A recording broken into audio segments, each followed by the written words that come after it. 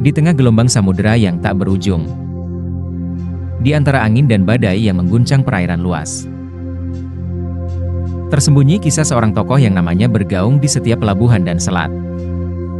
Dialah Laksamana Raja di laut, pemimpin yang tak hanya menguasai samudera, tetapi juga menguasai hati dan jiwa para pelaut. Sebuah kisah di masa lalu tentang sang penguasa lautan perkasa. Sebuah nama yang pernah masyhur di kalangan masyarakat Melayu Riau. Laksamana Raja di laut. Ia bukan hanya sekedar legenda.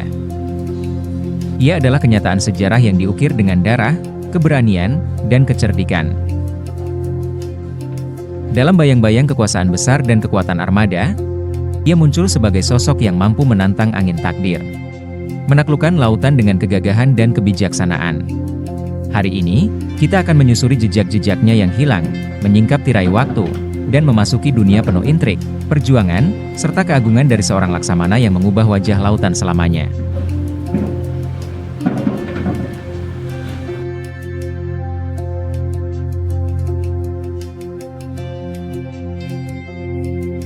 Berjarak sekitar 110 km dari ibu kota Provinsi Riau, yakni Pekanbaru. Berdiri kokoh sebuah bangunan istana hingga sekarang. Sebuah bangunan istana megah di jantung kota Siak Sri Indrapura.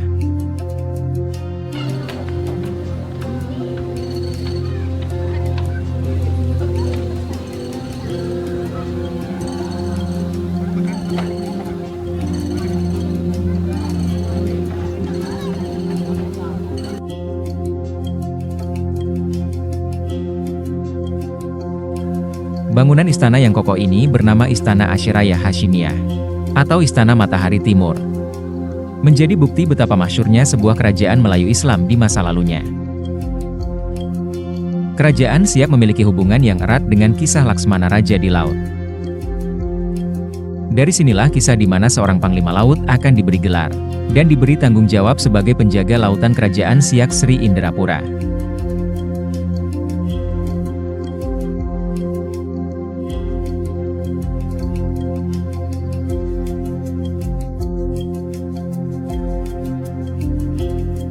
Untuk menjadi raja di kerajaan Siak ini, kuncinya adalah bisa menguasai laut. Jadi kerajaan Siaknya adalah kerajaan maritim.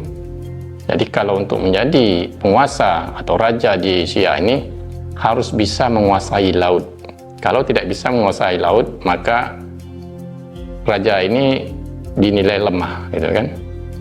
Jadi di Siak itu kita tahu bahwa kalau datuk-datuk misalnya di darat, misalnya ada misalnya datuk 50, datuk pesisir, datuk Kampar, datuk tanah datar, itu adalah datuk-datuk yang memang dia punya kekuasaan bisa menguasai orang-orang yang di darat. Jadi kalau untuk urusan laut, mereka harus membutuhkan pasukan-pasukan laut, orang-orang yang bisa mempengaruhi orang-orang di laut, gitu kan. Dan kerajaan Siak itu tergantung sama kekuatan lautnya. Maka dari itu dipilihlah, dicarilah orang-orang yang bisa atau yang mempunyai pengaruh terhadap penguasaan laut ini. Sekitar 100 km dari pusat kerajaan Siak, tepatnya di Kecamatan Bukit Batu, terdapat rumah peninggalan Laksamana Raja di laut sebagai saksi bisu kisahnya di masa lalu.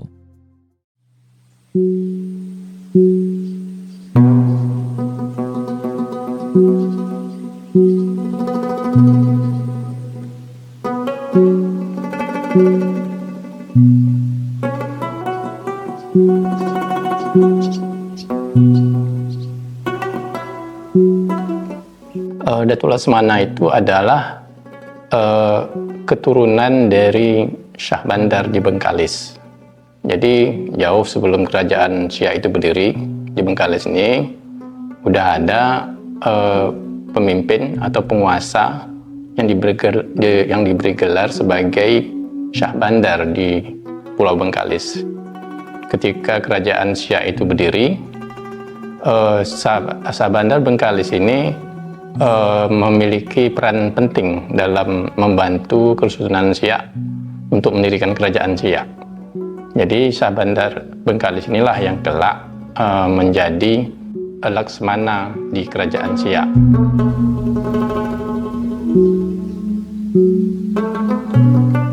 Mulai dari Encik Mas Bandar Bengkalis pada waktu itu.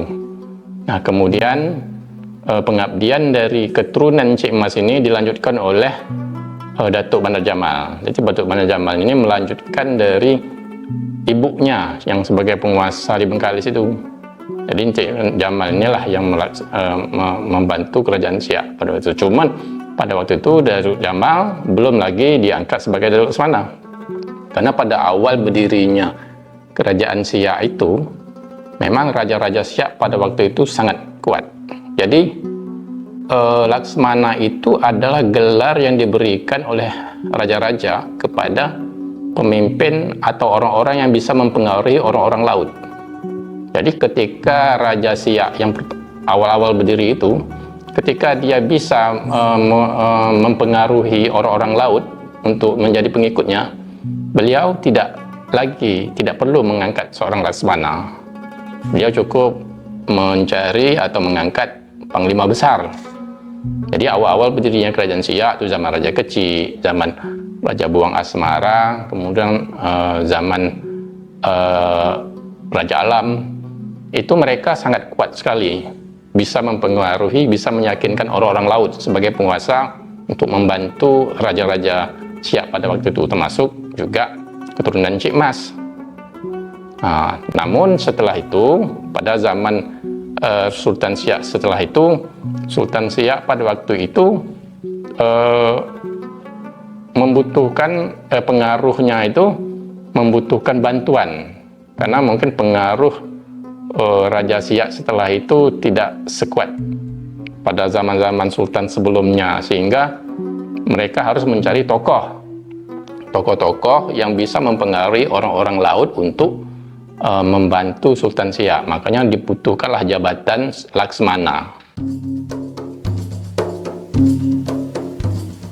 Tercatat sebanyak 4 Datuk Laksmana yang pernah membantu Kesultanan Siak Sri Indrapura, dengan rentang waktu yang berbeda-beda. Namun dengan satu tugas yang sama, yakni menjaga kedaulatan laut Kerajaan Siak Sri Indrapura. Di Laksmana ini ada 4 Datuk Laksmana yang berkuasa di Bukit Batu. Yang pertama itu adalah Datuk Laksmana, yaitu Laksmana Ibrahim. Yang kedua itu Laksmana Kamis. Kemudian yang ketiga itu Laksmana Ibrahim. Yang keempat itu Ali Akbar. Nah, mereka ini adalah berdasarkan keturunan, turun-temurun menjabat sebagai Laksmana. Jadi Laksmana Ibrahim itu berkuasa sekitar tahun 1767 sampai 1807. Kemudian Datuk Laksmana Kamis itu berkuasa tahun 1808 sampai 1864. Kemudian yang ketiga Datuk Abdullah Saleh berkuasa 1864 sampai 1908. Yang terakhir Laksmana Ali Akbar berkuasa tahun 1908 sampai 1924. Jadi di Kerajaan Siak itu ada beberapa provinsi, dan provinsi di bawah kekuasaan Datuk Laksmana ini, wilayah kekuasaannya itu mulai dari wilayah Bengkalis sekarang ini, ya, Kecamatan Bukit Batu, kemudian Bengkalis, Kecamatan Bandar Laksmana sampai ke Dumai dan Rupat. Nah, itu adalah wilayah kekuasaan Datuk Laksmana yang disebut Provinsi Bukit Batu. Jadi Provinsi Bukit Batu ini membentang dari Kabupaten Bengkalis Pulau, perairan sampai ke Dumai dan Rupat. Nah, kenapa beliau bisa sampai ke Dumai? Karena itu tadi, karena zaman Datuk Ibrahim, beliau awalnya cuma berkuasa di Bengkalis dan Bukit Batu.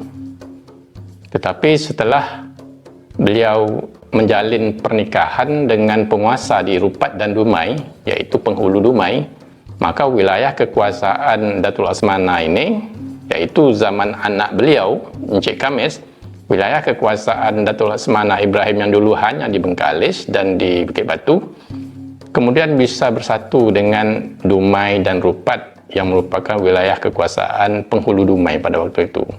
Jadi Encik Kames, anak dari Datuk Ibrahim ini, pada waktu itu menjadi penguasa di wilayah negeri Bukit Batu yang membentang dari wilayah kita Bengkalis sampai ke Dumai.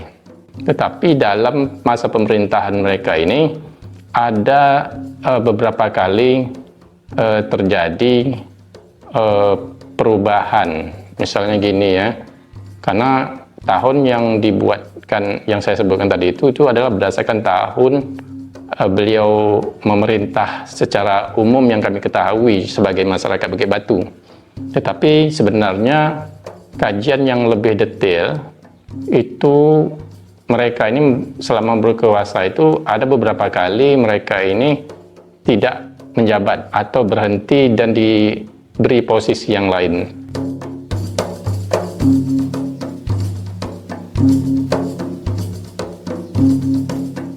Kita ketahui Datuk Ali Akbar ini kan menjabat 1908 sampai 1928. Tetapi dalam masa beliau itu memerintah, sebenarnya beliau menjabat sebagai Datuk Laksamana itu 1908 sampai 1914. Jadi pada tahun 1914 sampai 1928, beliau itu tidak lagi berstatus sebagai Datuk Laksamana, tetapi sebagai kepala distrik. Karena pada tahun 1914 itu Datuk Laksamana ini dengan 4 datuk yang lainnya itu, ya, Datuk Tanah Datar, Datuk 50, Datuk Pesisir, dan Datuk Kampar, bersama Datuk Laksamana, 5 datuk di Kerajaan Siak nih yang berfungsi sebagai tiang kerajaan itu diberhentikan posisinya, jabatannya sebagai datuk atau sebagai tiang kerajaan, sehingga datuk-datuk ini dialihkan posisinya sebagai kepala distrik. Nah, Datuk Laksamana pada tahun itu dijadikan kepala distrik Bukit Batu. Jadi sampai tahun 1928 itu Datuk Laksamana itu posisinya sebagai kepala distrik Bukit Batu, gitu kan.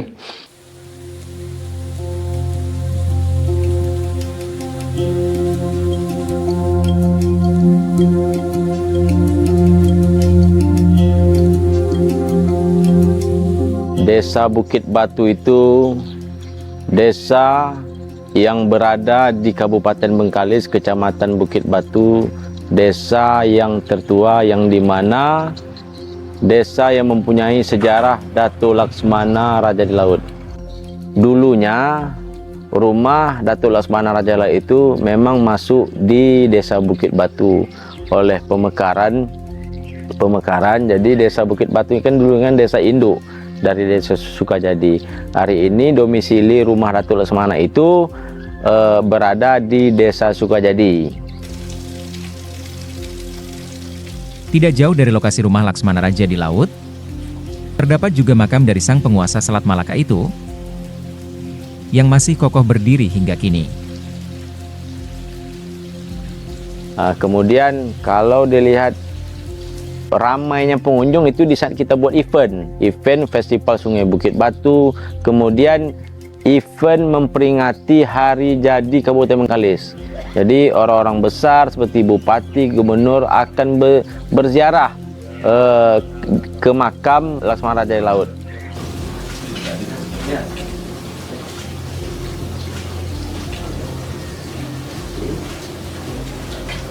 Kami berharap ya kepada kita semua, baik dari pemerintah sampai ke masyarakat juga, bahwa kedepannya kami minta sejarah dan kebudayaan yang ada di Bukit Batu ini itu harus ada semacam kita itu kepedulian terhadap sejarah.